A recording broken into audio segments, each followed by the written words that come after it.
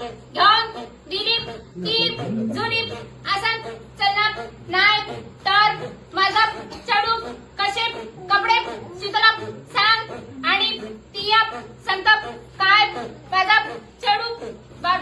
जवान करीत असला काय नारळ फोडून वळी खातात अगे तुझ्या घरात खूप उंदीर झाले ते अशी वळी घेऊन जातात आणि असे कटे टाकून देतात आणि तिया संताप काय माझा चढू भांडी फोडतात अगे तुझो झील असलो होतो तो माका माहित असतो तर मिया माझा चढू तुझ्या झीला दिला नसते तुझो झील सोरो पिता आणि ह्या त्या